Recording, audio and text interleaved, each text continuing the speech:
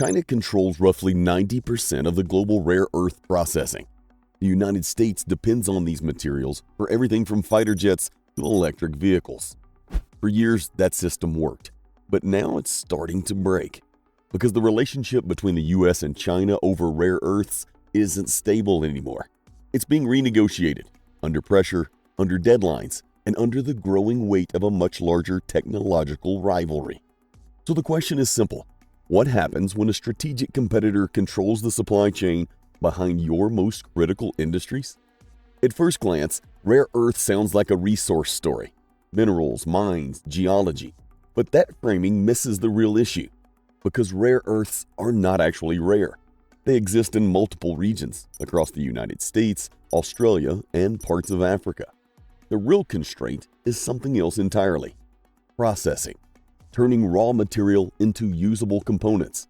Separating, refining, and manufacturing is the part of the system that matters. And that part is overwhelmingly concentrated in one place: China. Today, China controls about 70% of global extraction, but more importantly, nearly 90% of processing, and around 94% of permanent magnet manufacturing. That last step is critical because rare earths only become strategically useful when they're embedded into components: magnets for electric motors, guidance systems for missiles, and hardware for advanced computing. In simple terms, owning the mine doesn't matter if someone else controls the factory that makes the material usable. And that's how the system was built. Over decades, production consolidated in China, not because of scarcity, but because of cost, environmental constraints, and industrial policy. Processing rare earths is expensive, technically complex, and environmentally difficult. China absorbed those costs and built scale. The rest of the world optimized around it. The result was a system designed for efficiency, but that system assumed something important: stable global cooperation. And that assumption is now breaking down, because what used to be a supply chain is turning into a pressure point. In late 2025, the United States and China reached a temporary agreement, a one-year rare earth truce. China paused sweeping export restrictions, and both sides stepped back from immediate escalation. But the pause came with a clock. Those restrictions are scheduled to return by the end of 2026, and just weeks later, another deadline arrives. At the start of 2027, the U.S. Department of Defense will ban Chinese-sourced rare earths from its entire supply chain, from mining all the way to magnet production. Two timelines, two systems, moving toward collision. And in between them, a growing list of pressures that are already reshaping how this system works. Because rare earths are no longer just industrial inputs, they've become leverage. China has built a framework to control how and where these materials move. Through what's known as the Validated End User System, exports of strategic minerals can be delayed or restricted, especially for companies tied to defense applications. And the implications are immediate. The U.S. defense industry requires around 200 tons of samarium each year, a key element used in high-performance magnets that can withstand extreme temperatures. These magnets are essential for fighter jet engines and precision-guided weapons. At the same time, more than 80,000 individual components across U.S. weapon systems rely on critical minerals currently subject to Chinese controls. When that flow is disrupted, production doesn't just slow down, it can stop entirely. F-35 fighter jet production has already been paused in the past after discovering Chinese-made components in its supply chain. Major contractors like Lockheed Martin and Raytheon have faced delays tied directly to mineral sourcing issues. But the pressure doesn't stop at defense.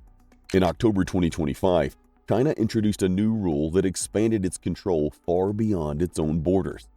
Any company, anywhere in the world, must now seek approval from Beijing if their product contains even 0.1% Chinese-sourced rare earth materials by value. That threshold is almost invisible, but its impact is massive. It effectively extends China's regulatory reach across global supply chains, especially in advanced technology sectors. Semiconductors, AI hardware, high-density memory, these are now subject to case-by-case approval if they rely on Chinese inputs. And when constraints appear in critical systems, prices react. In 2025, Targeted export curbs caused dysprosium prices to triple and terbium prices to more than double. So the system isn't just constrained, it's volatile. But even this doesn't capture the full shift, because while China is restricting and controlling parts of its exports, it's also redirecting them. Shipments of rare earth magnets to the United States have been falling, down more than 30% year over year by March 2026. At the same time, China's total magnet exports actually increased, rising 4.8% in the first quarter of 2026. The difference is where those materials are going, towards countries like Vietnam and India, toward markets that are either neutral or strategically aligned.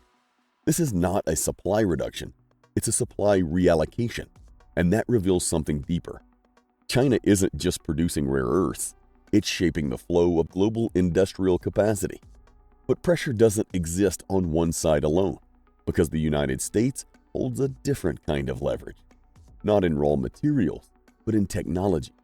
Advanced semiconductors, AI chips, and the machinery used to manufacture them remain heavily dependent on U.S. systems and allied technology. And that creates a second pressure point. In early 2026, the U.S. shifted its approach to advanced chip exports. Instead of a blanket restriction, access is now managed on a case-by-case basis. That might sound like a technical adjustment, but it changes the dynamic entirely. It turns access into a bargaining tool.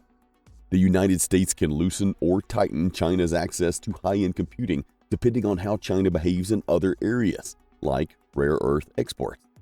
At the same time, new policies are targeting the machines required to build advanced chips. Deep ultraviolet lithography tools critical for manufacturing semiconductors are now part of a broader effort to maintain a technological edge. So what emerges is a dual system of pressure. China controls materials, the US controls technology, and both sides are using that control to shape the behavior of the other. But here's where the system begins to strain. Because replacing this structure isn't simple, the United States is now investing heavily to build a parallel supply chain, one that reduces dependence on China. That effort is happening across multiple layers. At the resource level, new investments are being made in mining projects, including a $50 million stake in South Africa's Phalaborwa project, which extracts rare earths from industrial waste. At the industrial level, the U.S. is funding domestic production. Companies like MP Materials are expanding operations in California, while building a $1.25 billion magnet manufacturing facility in Texas. USA Rare Earth has already begun production at its Oklahoma plant, targeting hundreds of tons of magnets annually. Even the government is directly involved, backing the sector with $3.1 billion in funding to accelerate development. At the same time, new processing capacity is being developed outside the U.S., including a 4,000-acre manufacturing zone in the Philippines, announced under the Pax Silica program. At the geopolitical level, the U.S. is building alliances. An $8.5 billion minerals agreement with Australia, new supply arrangements with Japan, Vietnam, and Canada, and a 55-country trade bloc known as the Forge Forum, all designed to create a coordinated, non-Chinese supply network. There's even a strategic stockpile initiative, Project Vault, a $12 billion effort to secure critical minerals for commercial use. Taken together, this looks like a full system response. But there's a constraint: processing. Despite all the investment, China still controls around 90% of global refining capacity, and building that capacity elsewhere isn't fast. Experts estimate it could take up to a decade to replicate the specialized separation technologies required at scale, which means the system cannot quickly adapt to the pressure being applied to it. And when a system can't adapt, consequences begin to emerge. Industries become vulnerable, supply chains fragment, costs rise. The world begins to shift away from a single optimized network toward multiple competing systems, each less efficient, but more strategically controlled. This is already happening. Production is being duplicated across regions. Supply chains are being redesigned around political alignment rather than cost, and governments are stepping directly into markets that were once driven by private industry. What used to be globalization is becoming something else, a set of parallel systems, shaped by security concerns as much as economic logic, and rare earths sit right at the center of that transformation. But to understand what this really means, you have to step back, because this pattern isn't limited to rare earth. The same structure is emerging in semiconductor, in energy, in critical technologies that defined industrial power. The global economy isn't just trading goods anymore, it's reorganizing control. At first, this looks like a resource competition, a race to secure minerals, build mines, and control supply. But the deeper reality is different, because the evidence keeps pointing to the same conclusion. The countries that hold power are not the ones that simply own resources. They are the ones that control the systems that transform them. The refining, the manufacturing, the integration into high-value products. That's where dependency is created, and that's where leverage exists. China understood this early and built its advantage around it. The United States is now trying to rebuild that layer from the outside, under time pressure and under geopolitical tension. Which means this isn't just a supply chain adjustment, it's a structural shift in how economic power is built. And that's why this battle isn't just escalating, it's redefining the system itself. If this changed how you see the US-China supply chain dynamic, like and subscribe. And if you want to understand what comes next for the global economic system, click the video on your screen.